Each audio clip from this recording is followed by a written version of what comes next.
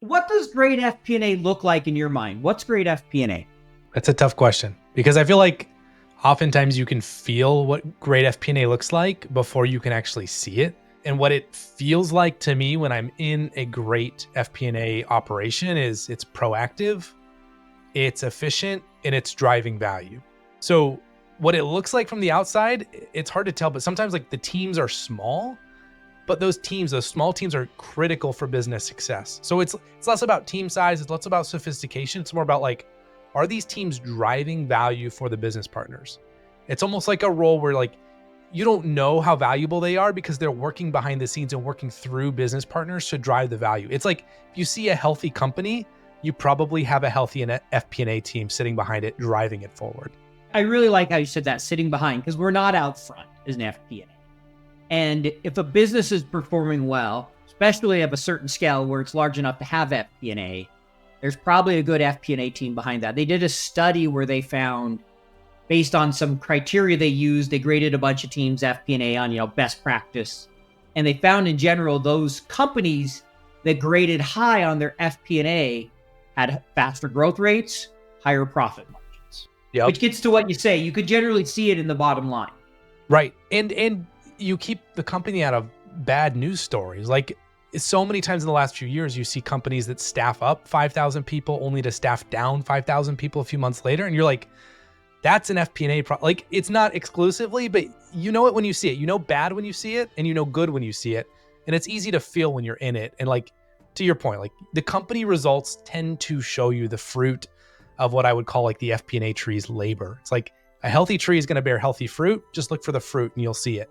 I love that example. And I think, to go with that, you have to have a healthy culture or company as a whole for FP&A to really be able to show those results. Because I've worked in companies where I felt like we had good FP&A, but we had just a really toxic company that made bad decisions.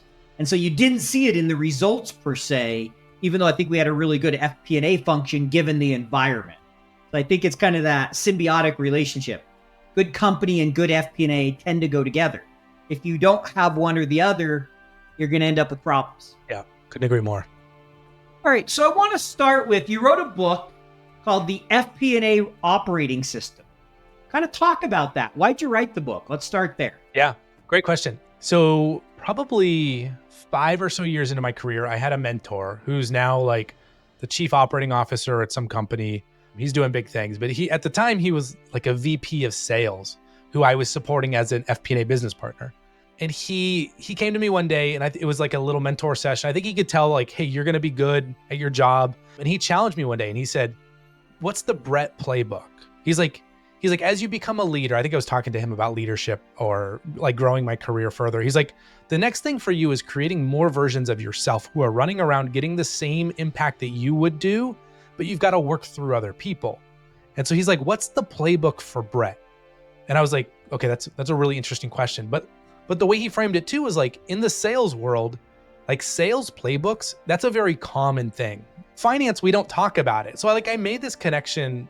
I think he was like pushing me into it was, hey, if you can document your SOPs, your processes, your playbook, you can start to replicate that within your team. So all I did, this FP&A Operating System book that I wrote, is literally just like everything that I've learned on like how to do the FP&A job well, everything from reporting to analysis to forecasting to business partnership, setting a vision for a team, executing that vision, prioritization, how to create like a prioritization roadmap for your team and then execute against those priorities. It's like literally everything you need to run an efficient, high-value FP&A operating system into just as many pages as it took in order to do that. So there's obviously like micro decisions you have to make every day, but the book was really just like, what are the large things that I'm working towards?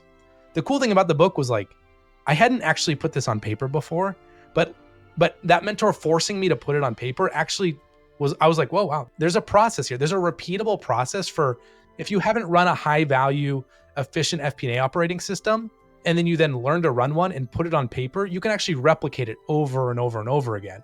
So then throughout the rest of my career, like ever since then, that was probably 5-7 years ago, I've been able to take that same playbook. I don't reread the book, but it's like, it's all up in my head. I'm just running the same playbook over and over and over again, taking teams from, I call it like reactive to proactive. that value added, efficient, everything we just talked about earlier.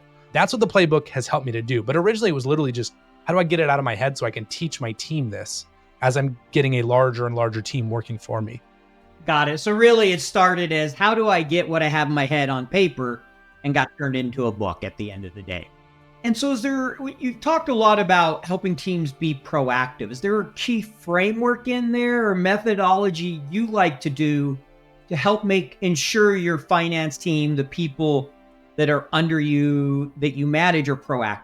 Yeah, that's a good question. I feel like a lot of FP&A teams, the main issue that you'll find is they will fall victim to, I'll call it the squeaky wheel impact. So if you've got a business partner who wants something a certain way, or they need something, or the business is putting on pressure on you to get something specific, oftentimes that thing is not perfectly or directly lined up to like what's going to be the most value added thing for the company. So what happens with a lot of folks who are in FP&A who are great at serving their business partners, being in great relationship with them, doing great analytics for them, building reports for them, is they're often doing that stuff in the wrong direction. So they're not pushing it towards where the company needs it the most.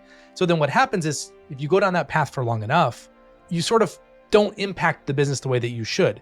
So I think for me, having a proactive FP&A culture is all about taking a step back and saying, what is the ideal vision for FP&A? Like, what is the ideal vision specifically for the 4 key elements in my FP&A operating system, which is reporting, analysis, forecasting, and business partnering. If you can set a concrete vision for each one of those 4, and then look at where your team is at today and then start to move towards that vision, you will become a proactive FP&A organization.